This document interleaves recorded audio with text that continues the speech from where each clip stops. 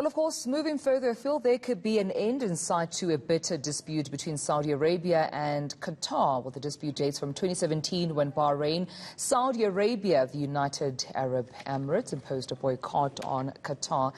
Those three nations severed diplomatic ties, I understand, of course, accusing Qatar of supporting terrorism. Saudi Arabia's foreign minister announced last week that significant progress has been made during recent negotiations. Let's talk about this with Naeem Jeenah, Executive Director for the Afro-Middle East Centre. Very good morning to you. I mean, how realistic is this? The problem seemed intractable until recently. So what is on the table and what happens to those, some of them, ridiculous demands made of Qatar? Well, it seems at the moment that Qatar is not being forced to meet any of those demands. It does seem, however, that at this stage it's only Saudi Arabia that's negotiating with Qatar. The United Arab Emirates, Bahrain and Egypt have not made any comment about it, even though the Saudi foreign minister did say that he will bring the others in.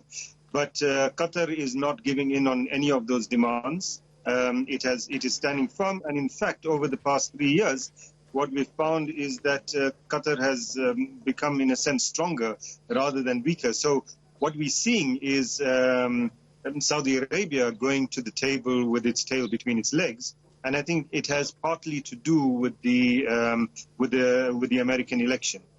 All right, yeah, I mean, you're right. I mean, one of the demands was to close down the Al Jazeera network, and if anything, I mean, Qatar was able to solidify its strength because, of course, the amount of money that they have being one of the conditions. How sustainable is this if they do indeed get to a peaceful solution if the UAE doesn't get involved? And then what role can the US have to push them ever closer?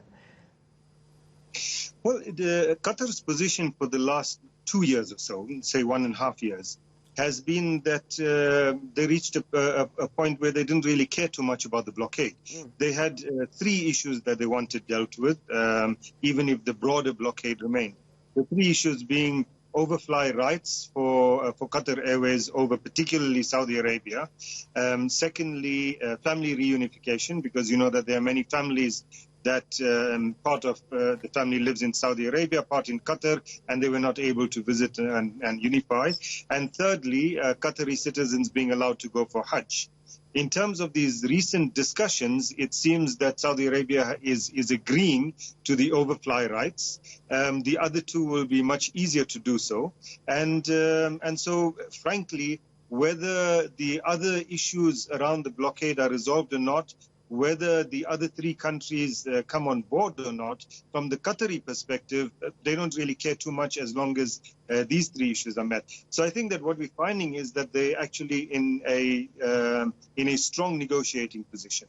And you wonder what they're going to do with that leverage. But as you raised an important point, there was the human tragedies that was just so upsetting about this blockade. Tell us more about what Saudi Arabia is up to at the moment. And let's talk a little bit about the Abraham Accords. That was the UAE as well, making these gestures, overtures towards Israel.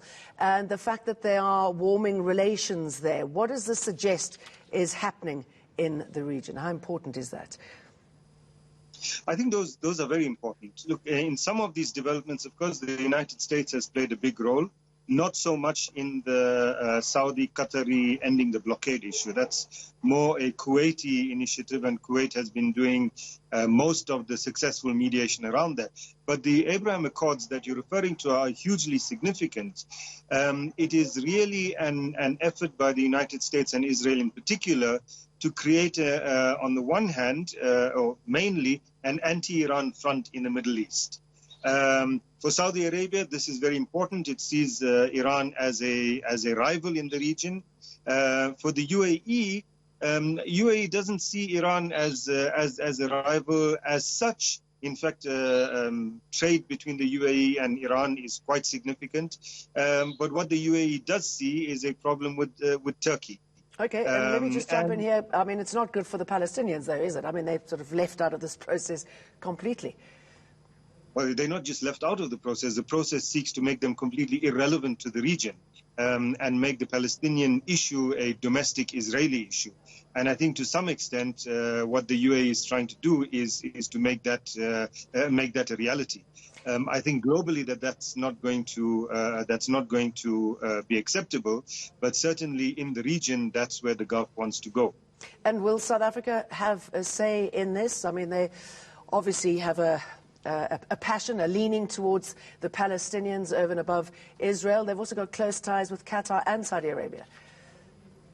In terms of the different powers in the region, South Africa has played the role where it kind of balances its relations. So balances its relations between those four countries and Qatar on the one hand, between Saudi Arabia and Iran on the other. It attempts to maintain good relations with all of them without getting bogged down in their problems. In some cases, for example, Saudi Arabia and Iran, it has better political or diplomatic relations with Iran, better economic and trade relations with Saudi Arabia. And it seems that South Africa is happy being in that kind of position and not having to take sides, and I think that that's the position it will continue with. Naeem Jeenah, good to talk to you. Thank you.